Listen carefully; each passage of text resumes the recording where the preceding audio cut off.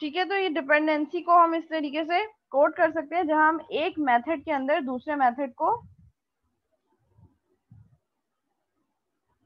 Call कर रहे होते हैं।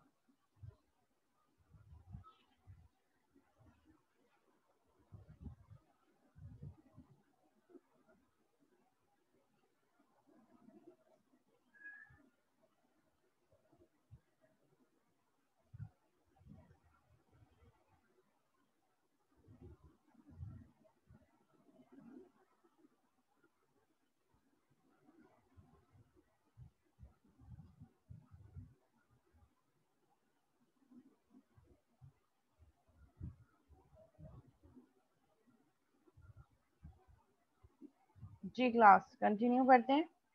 सो डिपेंडेंसी को हम किस तरीके से एक्सप्लेन कर सकते हैं, जहां पे एक क्लास का मेथड दूसरे क्लास के मेथड पे डिपेंडेंट हो। ठीक है, क्लास प्लेयर, प्लेयर की टर्न आई, पब्लिक वॉइड टेक टर्न, जैसी प्लेयर की टर्न आई now it's dependent on the roll method of class die. जब वो डाई करेगा रोल, जब उसकी टर्न आई, उसके पास डाई आया, डाई का ऑब्जेक्ट आया, now it's dependent on the die dot roll. जब ये डाई का ऑब्जेक्ट इसके पास आया, अब ये ऑब्जेक्ट जब ये डाई रोल करेगा, और रोल कौन सा मेथड है जो डाई की क्लास में ऑलरेडी डिफाइन हुआ है। तो एक क्लास का मेथड दूसरी क्लास के मेथड पे जब डिपेंडेंट होगा तो दैट इज कॉल्ड डिपेंडेंसी। जी क्लास यहाँ तक क्लियर है?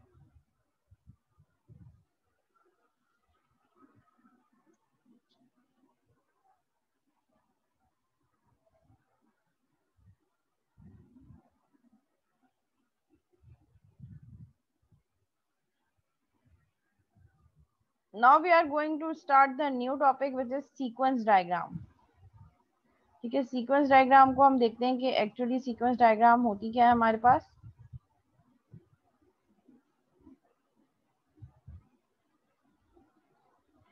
सीक्वेंस डायग्राम बेसिकली हमें ऑब्जेक्ट्स की कोऑर्डिनेशन बता रही होती है कि how object of one class can communicate with object of another class in timely manner. Sequence से पता ये चल रहा है कि हमें सीक्वेंस में पूरी डेफिनेशन पता चले कि किस सीक्वेंस में कौन सी क्लास का ऑब्जेक्ट दूसरी क्लास के ऑब्जेक्ट से कम्युनिकेट कर रहा है।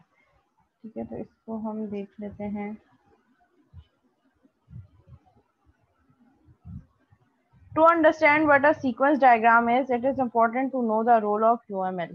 ठीक है, हमें पता है कि UML डायग्राम किसकी यूज हो रही होती है, तो हम डायरेक्टली जो है वो सीक्वेंस डायग्राम की तरफ जाएंगे। Sequence diagram is a type of interaction diagram. ठीक है, इंटरेक्शन बता रही होती है ऑब्जेक्ट की और टाइमली मैनर में बता रही होती है।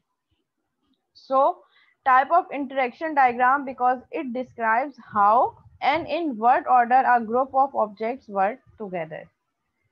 These diagrams are used by software developers and business professionals to understand requirements for a new system or to document an existing process। किसी भी नए सिस्टम की रिक्वायरमेंट्स को लिस्ट डाउन करने के लिए भी हम सीक्वेंस डायग्राम ड्रॉ कर रहे होते हैं। Sequence diagram are sometime known as event diagrams और इवेंट सिनेरियोज। ठीक है, सीक्वेंस डायग्राम को हम इवेंट डायग्राम और इवेंट सिनेरियोज के नाम से भी यूज कर सकते हैं। There are two types of sequence diagram, UML diagrams and code-based diagram. The latter is sourced from programming code and will not be covered in this guide। Okay, ठीक है, हमारे पास दो टाइप की UML diagrams होती हैं, एक actual diagram जो pictorial representation होती है, और दूसरी कोड बेस्ड डायग्राम जिसको देखकर हम डायरेक्ट उसको अपनी प्रोग्रामिंग में मैप कर सकते हैं। Now what are the benefits of sequence diagram? Sequence diagram can be useful references for businesses and other organizations। Represent the detail of a UML use case. जो आपने यूज केस बनाया है UML diagram का, उसी की ही आप देखकर sequence diagram draw कर रहे होते हैं। Model the logic of a sophisticated procedures, functions और ऑपरेशंस। मेन ऑब्जेक्टिव यहाँ पे क्या होता है, आपके प्रोसीजर्स, मेथड, फंक्शंस या मॉड्यूल्स का। See how objects and components interact with each other to complete a process. Plan and understand the detailed functionality of an existing और फ्यूचर सिनेरियो। ठीक है, बेसिक सिंबल्स एंड कंपोनेंट्स क्या है हमारे पास, पहले हम वो देख लेते हैं। ये हमारे पास ऑब्जेक्ट का सिंबल है। ठीक है, ऑब्जेक्ट को हम रिप्रेजेंट किस तरीके से कर रहे होते हैं, solid rectangle. Represent a class और ऑब्जेक्ट इन यूएमएल। आप कोई क्लास या किसी ऑब्जेक्ट को रिप्रेजेंट करना हो तो उसके लिए आप ये सॉलिड फिल रेक्टेंगल यूज कर रहे होते हैं। The object symbol demonstrate how an object will behave in the context of the system. Class attribute should not be listed in this shape. Class के एट्रीब्यूट्स उसमें हम लिस्ट नहीं कर सकते. सिंपली क्लास का नेम यूज करें और you can use the specific object of the class as well. ठीक है, अगर आपको लग रहा है कि कोई स्पेसिफिक ऑब्जेक्ट है जिसका नाम, आप वो ऑब्जेक्ट का नाम यूज कर सकते हैं, बट क्लास के एट्रीब्यूट्स यहाँ पे लिस्ट डाउन नहीं होंगे. यूजुअली क्लास का नेम या फिर स्पेसिफिक ऑब्जेक्ट का नाम हम यहाँ यूज कर रहे होते हैं. Next one is activation box. Activation box हमें क्या बता रहा होता है? The time needed for an object to complete a task. The longer the task will take, the longer the activation box becomes. ठीक है, हमें ये बता रहा होता है कि हमारे उस ऑब्जेक्ट को कितना टाइम लगेगा उस टास्क को कंप्लीट करने के लिए. तो ये जो ऑब्जेक्ट है, जब हम ऑब्जेक्ट को लिंक कर रहे होंगे इस एक्टिवेशन बॉक्स से, तो एक्टिवेशन बॉक्स उस सिनेरियो में उस ऑब्जेक्ट की लाइफ लाइन बता रहा होगा हमें कि ये ऑब्जेक्ट कितने टाइम तक एक्टिव रहेगा या इसको कितना टाइम लगेगा ये टास्क कंप्लीट करने में. तो ये एक्टिवेशन बॉक्स बेसिकली उस ऑब्जेक्ट की लाइफ लाइन बता रहा होता है हमें. We can add actor symbol as well. shows entities that interact with or external to the system. वो एंटिटी जो आपके सिस्टम से इंटरेक्ट कर रही होंगी आउटसाइड द सिस्टम बाउंड्री, जो आपके सिस्टम से की एक्सटर्नल एक्टर्स होंगे, उनके लिए आप एक्टर सिंबल भी यूज कर सकते हैं. You can use package symbol as well, used in UML 2.0 notation to contain interactive elements of the diagram, also known as a frame. This rectangular shape has a smaller inner rectangle for labeling the diagram. आप अगर कोई packages है, let suppose अगर एक use sequence diagram किसी object या किसी ऐसे फोल्डर से कम्युनिकेट करिए जिसमें मल्टीपल क्लासेस या ऑब्जेक्ट्स क्रिएट हो सकते हैं, तो उसके लिए आप पैकेज सिंबल भी यूज कर सकते हैं. देन ये हमारे पास जो डॉटेड लाइंस है, rectangle with dotted line is used to life line symbol. Represent the passage of time as it extends downward. यानी कि ये जितना नीचे जाएगा ये बता रहा है कि इतना टाइम लगेगा उस प्रोसेस को कंप्लीट होने में. This dash vertical line shows the sequential events that occur to an object during the charted process. कि एक ऑब्जेक्ट को हम सीक्वेंशियल ऑर्डर में कौन कौन से इवेंट कॉल हो रहे हैं. Lifelines may begin with a labeled rectangle shape or an actor symbol. ठीक है, लेट्स सपोज यूजर ने कोई एक्टिविटी इनिशिएट की, तो जब तक वो उस एक्टिविटी में पार्टिसिपेट कर रहा है उसकी लाइफलाइन शो होती रहेगी. अगर कोई लूप, ये हमारे पास क्या है, लूप सिंबल ऑप्शनल सिंबल है. अगर हमारी इसमें कोई लूपिंग है तो लूपिंग को शो करने के लिए आप ये ऑप्शनल सिंबल जो लूपिंग का है वो यूज कर सकते हैं, लाइक दिस. यहाँ पे आप लूप मेंशन कर देंगे और यहाँ पे आप कंडीशन देंगे कि किस कंडीशन की बेसिस पे ये टास्क दोबारा परफॉर्म होगा, और जहां से जहां तक होगा उसको आप इस रेक्टेंगल के अंदर यूज करेंगे. Use to model if then scenarios, that is a circumstance that will only occur under certain condition. इसको आगे कह रहे हैं उसको इंटर.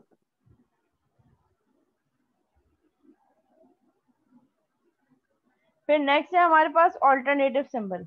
ऑल्टरनेटिव सिंबल हमारे पास कब यूज होगा, जब हमारे पास कोई चॉइस होगी. जब दो और दो से ज्यादा मैसेजेस के बीच में हमारे पास चॉइस हो, तो उसको हम ऑल्टरनेटिव ऑप्शंस दिखाने के लिए we can use this alternative options.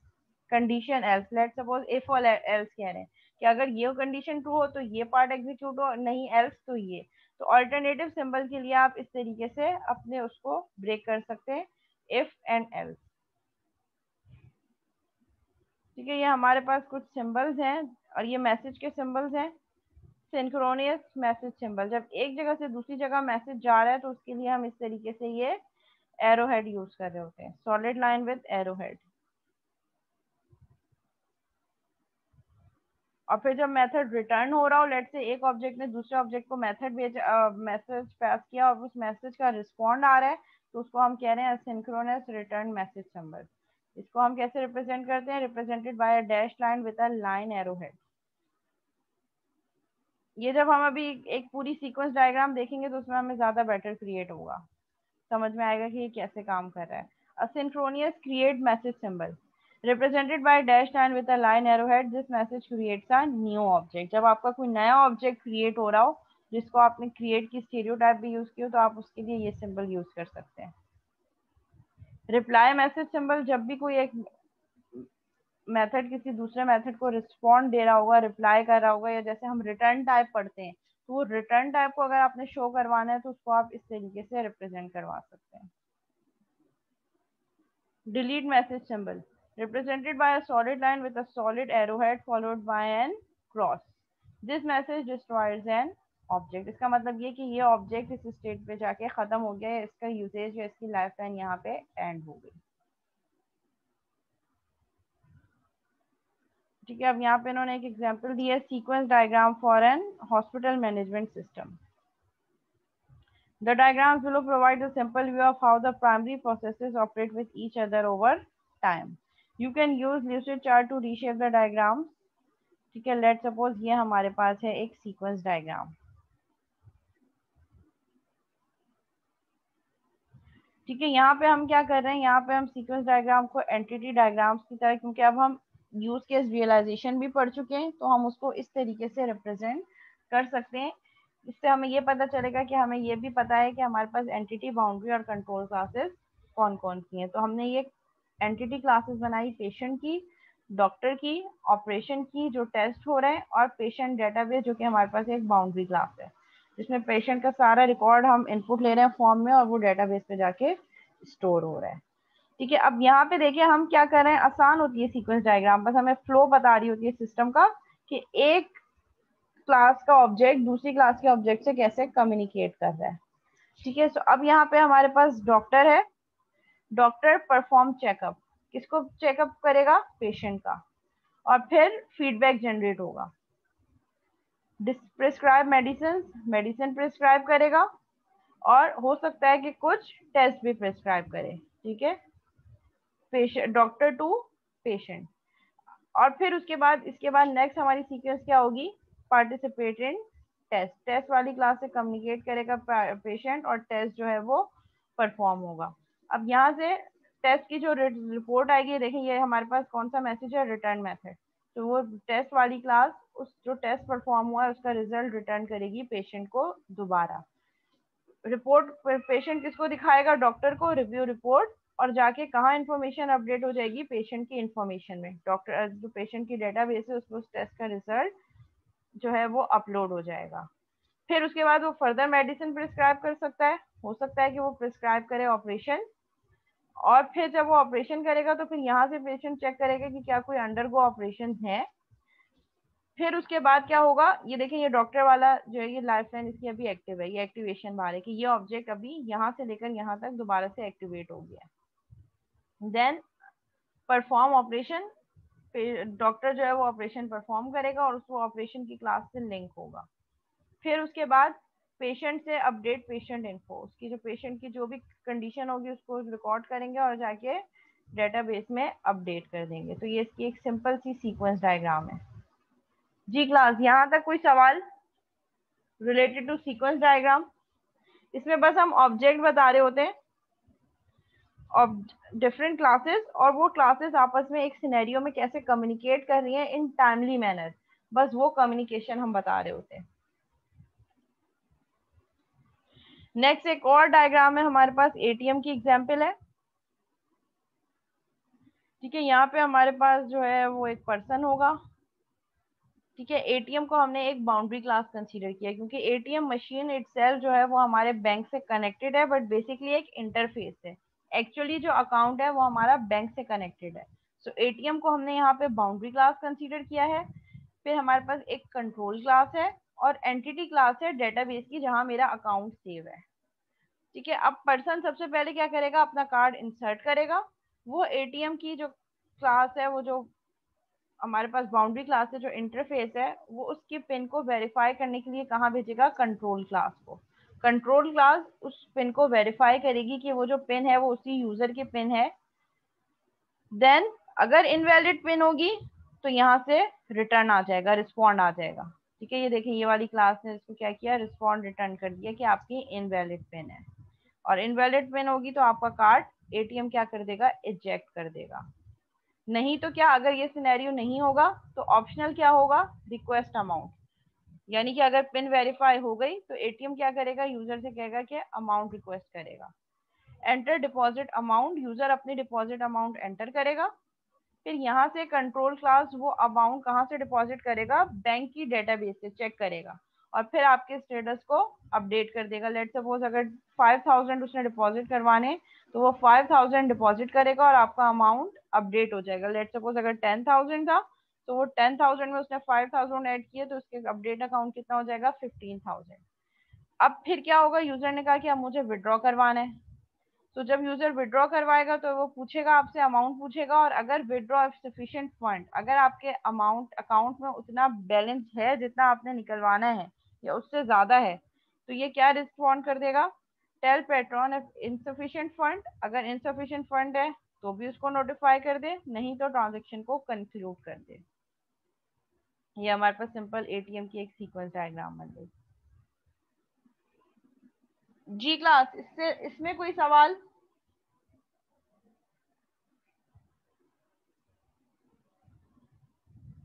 कोई ऐसा पॉइंट जो समझ नहीं आ रहा हो, या सीक्वेंस डायग्राम किस लिए यूज होती है इसका यूजेज समझ ना आ रहा हो, या सिनेरियो समझ ना आ रहा हो?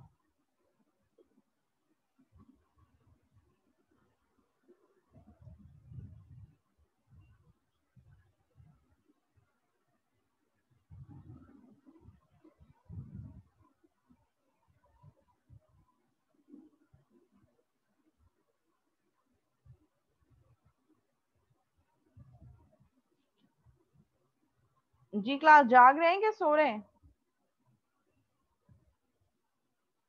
जाग रहे हैं। अच्छा जी, समझ में आ रहा है? कोई रिप्लाई तो करें, मैसेज करें, चैट पे जवाब दें, ताकि मुझे पता चले कि हाँ आप लोग हैं कनेक्ट, या मुझे तो लगेगा ना कि सो रहे हैं। अच्छा जी,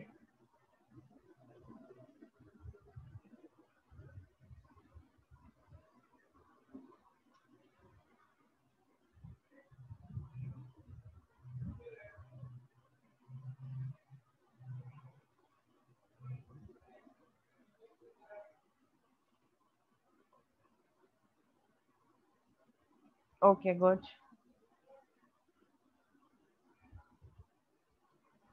ठीक है, अब हम थोड़ी ज़रा जो अपनी बुक है उससे भी थोड़ा सा, जो हमारे पास टेक्स्ट बुक है उसको भी थोड़ा सा देख लें,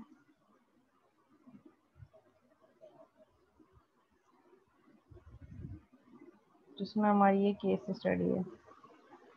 ठीक है, ये हमारे पास सीक्वेंस डायग्राम की बुक है, रैशनल रोज वाली, जो हमारी टेक्स्ट बुक है।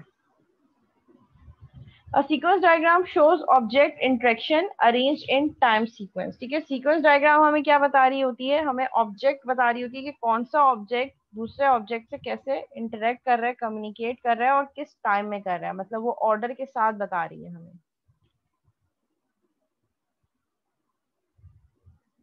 ठीक है, it depicts the objects and classes involved in the scenario and the sequence of messages exchanged between the objects needed to carry out the functionality of the scenario। ठीक है, basically sequence diagram को हम अपनी use case realisation के साथ map कर रहे होते हैं, यानी कि use case realization means boundary entity और कंट्रोल क्लासेस, जिसमें हमने अपनी क्लासेस को आइडेंटिफाई कर लिया, डिफरेंशिएट कर दिया कि बाउंड्री क्लास कौन सी है, कंट्रोल क्लास कौन सी है, एंटिटी क्लास कौन सी है, और उसी के अकॉर्डिंगली फिर हमने सीक्वेंस डायग्राम जो है वो डिसाइड की। लेट सपोज हमारे पास naming objects in a sequence diagram. एक ऑब्जेक्ट नेम, हम जैसे मैंने आपको कहा था कि हम सिंपल क्लास नेम भी यूज कर सकते हैं, हम स्पेसिफिक ऑब्जेक्ट का नेम भी यूज कर सकते हैं, और हम ऑब्जेक्ट और क्लास दोनों नेम यूज कर सकते हैं। तो तीनों आपके पास जो है वो डिफरेंट जो है वो वे हैं कि जिसके थ्रू आप क्लासेस ऑब्जेक्ट्स को यूज करें। First one is simple object name, history 101 section 2, simple और नेम ऑफ कोर्स, यानी कि कोर्स की क्लास का एक ऑब्जेक्ट है, जिसमें हमारे पास क्या है, हिस्ट्री 101 सेक्शन 2। आप चाहें तो सिर्फ ऑब्जेक्ट का नेम यूज करें, आप चाहें तो ऑब्जेक्ट नेम और वो किस क्लास का ऑब्जेक्ट है ये भी यूज करें। लेट्स सपोज हिस्ट्री 101 सेक्शन 7 और विद कॉलन कोर्स ऑफरिंग। यहाँ पे जो राइट साइड पे है वो हमेशा क्लास नेम होता है, और लेफ्ट साइड पे ऑब्जेक्ट नेम। तो हमें क्या पता चल रहा है कि कोर्स ऑफरिंग की क्लास है जिसका एक ऑब्जेक्ट है हिस्ट्री 101 सेक्शन 7। और अगर आप बिल्कुल रैंडम चल रहे हैं, जिसमें आप स्पेसिफिक नहीं है, यू आर नॉट श्योर कि आप किस कोर्स की बात कर रहे हैं, so you can just use the name of class. Right hand side पे क्लास नेम विथ कॉलन, और लेफ्ट साइड पे कुछ नहीं है। इट मीन्स कि इस क्लास का कोई भी एक रैंडम ऑब्जेक्ट है, जब आप स्पेसिफिक श्योर ना हो कि ये कौन सा स्पेसिफिक ऑब्जेक्ट है।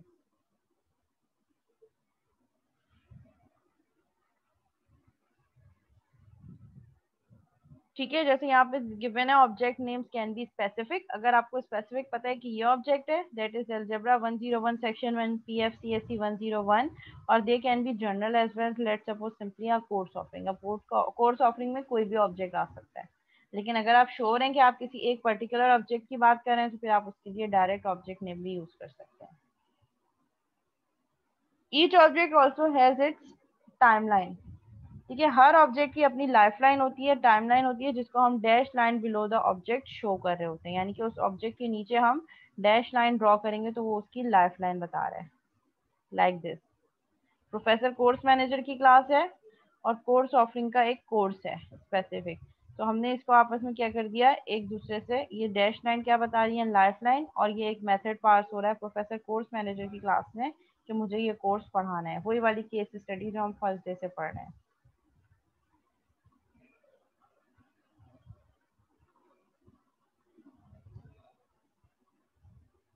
ठीक है, like this the sequence diagram for the create a course scenario. ठीक है, जब हम कोई कोर्स सेलेक्ट कर रहा है, रजिस्ट्रार कोई कोर्स क्रिएट कर रहा है कि ये हमारे पास एक कोर्स क्रिएट हो रहा है, तो उसके लिए ये एक सीक्वेंस डायग्राम है।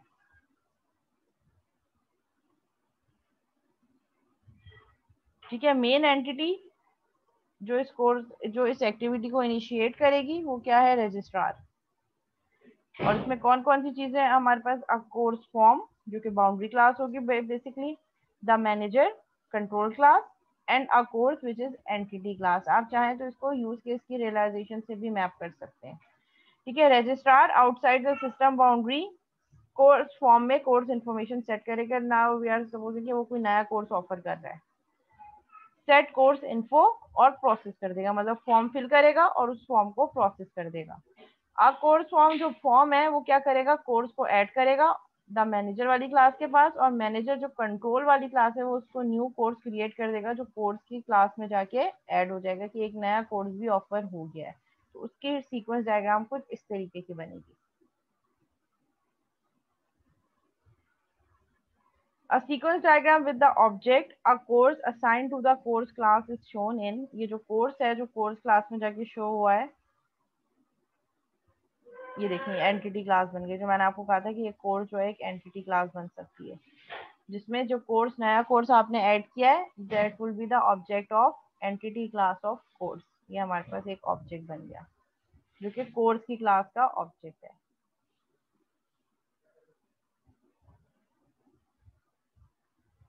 ठीक है, sequence diagrams and boundary classes. Boundary classes are added to sequence diagram to show the interaction with the user or another system. In the early analysis phases, the purpose of showing boundary classes on a sequence diagram is to capture and document the interface requirement, not to show how the interface will be implemented. जब आप early phase पे sequence diagram बना रहे होते हैं, उसमें जब आप बाउंड्री क्लास यूज करेंगे तो उसका मेन ऑब्जेक्टिव ये है कि आप ये बता सकें कि इंटरफेस की क्या क्या रिक्वायरमेंट्स होगी, ना कि ये बता सकें कि वो इंटरफेस इम्प्लीमेंट कैसे होगा। The actual message from the actor to the boundary class along with their sequencing information are dependent upon the application framework. Complexity and a sequence diagram. Every time I teach a class, the question how complex can a sequence diagram be is always asked. The answer I always give is keep them simple. The beauty of this diagram is this simplicity. जितनी simple आपकी sequence diagram होगी उतनी better आपकी sequence diagram होगी। जितना complex आप इसको करेंगे उतना ज्यादा आपको मुश्किल होगी उसको क्रिएट करने में।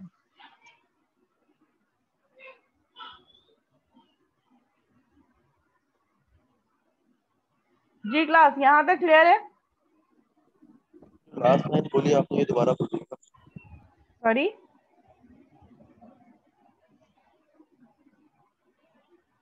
बेटा ये जो रिपीट। आपने लास्ट बोला है अभी कि क्या चीज होगी, आपकी देखो आवाज कट गई थी। सीक्वेंस डायग्राम जितनी सिंपल होगी, आपने अपने सिनेरियो को जितना सिंपल आप बना सकते हैं उतना सिंपल सिनेरियो को माइंड में रखें आप सीक्वेंस डायग्राम ड्रॉ करें।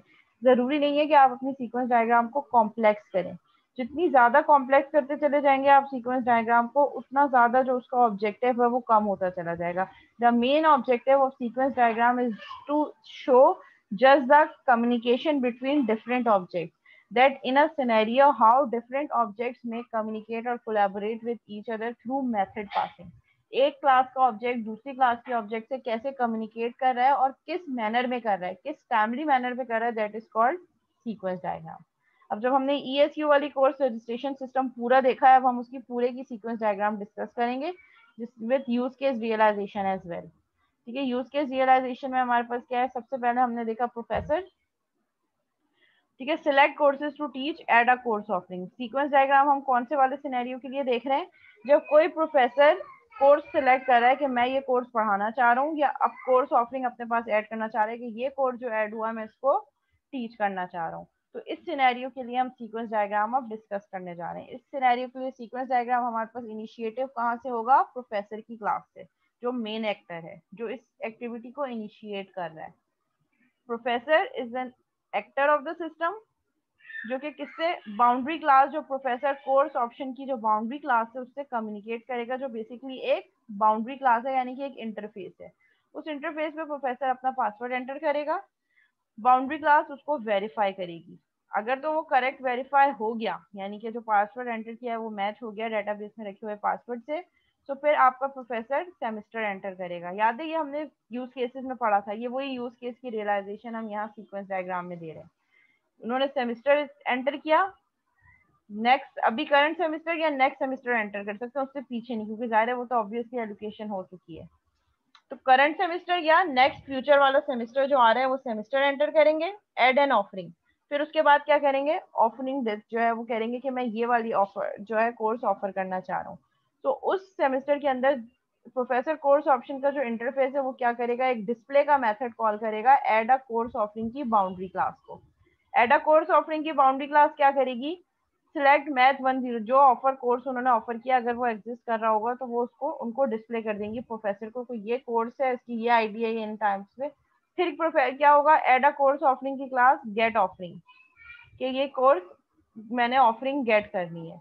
तो that is professor course manager की क्लास, जो कि कंट्रोल क्लास है, वो क्या करेगी, गेट ऑफरिंग का मेथड कॉल करेगी कोर्स से, और कोर्स वाली क्लास कोर्स ऑफरिंग वाली एंटिटी क्लास से गेट ऑफरिंग कॉल करेगी कि ये वाला कोर्स कब किस। तो ये बेसिकली ये सारी कंट्रोल और boundary classes in between course offering की एंटिटी क्लास से वो ऑफरिंग लेकर आ रही होंगी। देन अब जो वो ऑफर उनको हो गया कि ये कोर्स इस डे पे ऑफर हो रहा है, अब क्या करेंगे, प्रोफेसर जो है वो ऑफरिंग सिलेक्ट करेंगे और एड अ कोर्स ऑफरिंग की बाउंड्री क्लास क्या करेगी, डिस्प्ले कर देगी ऑफरिंग। ये जो गेट ऑफरिंग है ये डिस्प्ले हो जाएगा, डिस्प्ले होने के बाद प्रोफेसर उस ऑफरिंग को सिलेक्ट करेंगे, सेट ऑफरिंग वाला मेथड जो है वो कॉल होगा प्रोफेसर कोर्स मैनेजर की कंट्रोल क्लास पे।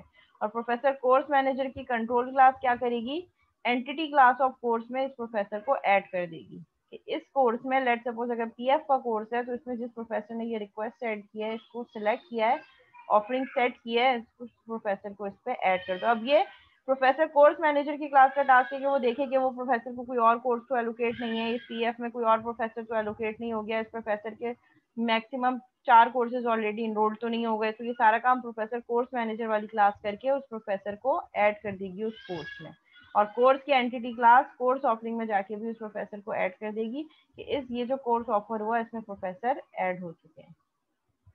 तो ये हमारे पास एड अ कोर्स ऑफरिंग वाले सिनेरियो की सीक्वेंस डायग्राम है। ये है हमारे पास सीक्वेंस डायग्राम। जी, इसमें अगर आप कोई क्वेश्चन पूछना चाह रहे हैं तो आप पूछ सकते हैं।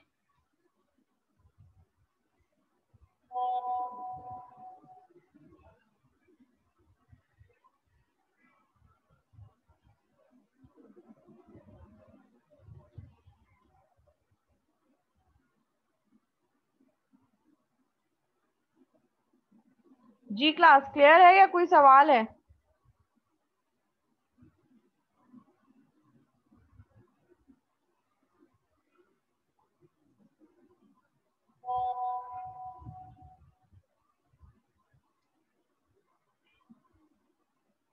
मैम इसमें जो रेक्टेंगल बॉक्स जो था वर्टिकल, वो नहीं आएगा जो एक्टिवेशन बॉक्स जो था वो इसमें वर्टिकल जो इन्होंने टॉप। यूज नहीं किया कि उसकी लाइफ लाइन कहाँ से कहाँ तक है, क्योंकि देखिए प्रोफेसर का ऑब्जेक्ट इस पूरी एंटिटी में एक्टिव है। ठीक है, वो पासवर्ड एंटर कर रहा है, सेमेस्टर एंटर कर रहा है, ऑफर कोर्स ऑफर कर रहा है, तो उसमें इसकी एक्टिविटी थ्रू आउट देखें, ये डैश लाइन जब तक जा रही है जब तक उसका ऑब्जेक्ट ये पूरा लाइफ लाइन पूरी फुल तक जा रही है।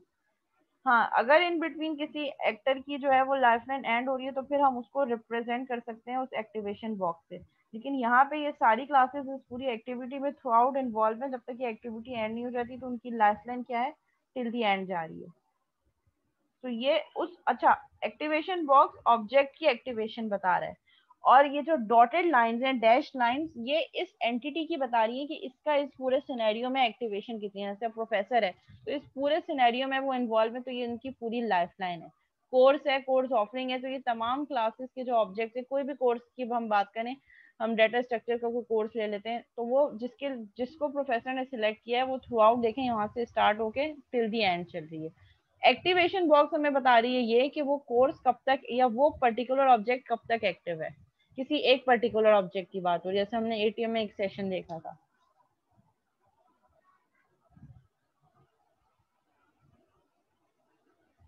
ठीक है, ये क्लास डायग्राम व्यू है, professor course options, add a course offering, professor course manager, courses and course offering. ये हमने इन क्लासेस को विद देयर पैकेजेस बता दिए कि ये क्लासेस कौन कौन से पैकेजेस से बिलोंग करी हैं, जो हमने पैकेज डायग्राम पहले भी पढ़ी थी।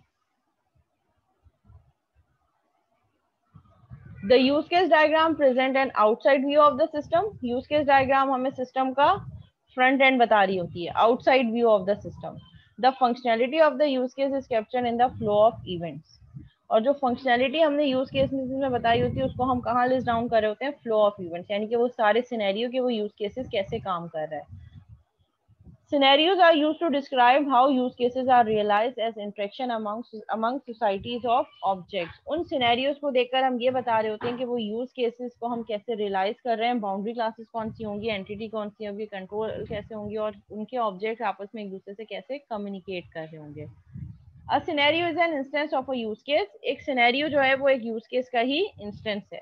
It is one path through the flow of events for the use case, यानी कि एक complete scenario is a complete use case को रिप्रेजेंट कर सकता है। इसलिए मैंने आपको कहा था कि आप जो यूज केसेस बनाएं वो अकॉर्डिंग टू द सिनेरियो बनाएं, अपने सिस्टम का एक पूरा फ्लो बताएं, उसके लिए यूज केस, फिर नेक्स्ट फ्लो उसके लिए अनदर यूज केस। तो that is the best practice कि एक यूज केस एक फ्लो ऑफ इवेंट या एक पूरे सिनेरियो को लेके चल रहा। Thus each use case is a web of scenarios, यानी कि सिनेरियोस की क्या है, डिफरेंट कलेक्शन है। Scenarios are developed to help identify the objects. उन सिनेरियोस को देखकर हम आइडेंटिफाई करते हैं ऑब्जेक्ट्स को। ये पूरा एक सीक्वेंस बता रहे हैं कि जब हम एनालिसिस और डिजाइन कर रहे होते हैं तो उसमें हम किस तरीके से काम कर रहे होते हैं। पहले यूजर आया, कस्टमर ने अपनी रिक्वायरमेंट दी, उन रिक्वायरमेंट्स को देखकर हमने फंक्शनैलिटी ऑफ सिस्टम बता दी कि सिस्टम क्या क्या फंक्शनैलिटी परफॉर्म करेगा, उनको हमने फ्लो ऑफ इवेंट्स में लिस्ट डाउन कर दिया। उसके बाद हमने सिनेरियोज निकाले कि डिफरेंट सिनेरियोज क्या है, वर्क फ्लो ऑफ सिस्टम क्या है, और उनको हमने इंटरेक्शन डायग्राम्स के थ्रू बता दिया कि डिफरेंट ऑब्जेक्ट्स कौन से होंगे और वो ऑब्जेक्ट्स आपस में एक दूसरे से कम्युनिकेट कैसे करेंगे। अब scenario is an instance of a use case, यानी कि एक पूरी कंप्लीट साइकिल बता रहा होगा एक यूज केस आपके सिस्टम की, एक पूरा एक फ्लो बता रहा होगा। Thus, each use case is a web of scenarios. Scenarios are developed to help identify the objects, the classes, and the object interactions needed to carry out. अब हमें उन्हीं सिनेरियोज से ऑब्जेक्ट्स पता चलेंगे, क्लासेस पता चलेंगी, और जब हमें ऑब्जेक्ट्स पता चल गए, क्लासेस पता चल गई, उनकी आपस में इंटरेक्शंस पता चल गई, उनको देखते हुए हम क्या करेंगे, हम इंटरेक्शन डायग्राम से बताएंगे कि वो ऑब्जेक्ट्स और वो क्लासेस आपस में एक दूसरे से कैसे कम्युनिकेट कर रही हैं। There are two types of interaction diagrams, sequence diagram and collaboration diagram. Each diagram is a graphical view of the scenarios. A sequence diagram shows object interaction arranged in time sequence. Sequence diagram क्या बता रही होती है, object की interaction के, object आपस में एक दूसरे से कैसे इंटरेक्ट कर रहे हैं in time sequence, timely manner में, कि किस टाइम पे पहले कौन सी रिक्वेस्ट कहाँ से रिस्पॉन्ड हुई, फिर उसको कौन जवाब देगा। तो वो एरो की फॉर्म में हम स्टेप बाय स्टेप प्रोसीजर बता रहे होते हैं। A collaboration diagram is an alternate way to show a scenario. This type of diagrams show object interaction organized around the objects and their links to each other. Whereas collaboration diagram क्या बता रही होती है, एक object और वो किन किन ऑब्जेक्ट से कम्युनिकेट कर रहा है, वहां पे टाइमली मैनर नहीं होता, सीक्वेंस नहीं होती, बस ये है कि एक ऑब्जेक्ट कौन कौन से ऑब्जेक्ट से कम्युनिकेट कर रहा है और उसका लिंक दूसरों से किस तरीके से बन रहा है। तो ये हमारे पास सीक्वेंस डायग्राम की आसान डायग्राम से यूजुअली बस इसमें सिस्टम का हमें डिफरेंट डायग्राम्स का स्टेटस बताना होता है। ठीक है, ये इन्होंने एक डायग्राम बताई है और इसका कोड लिखना बताया।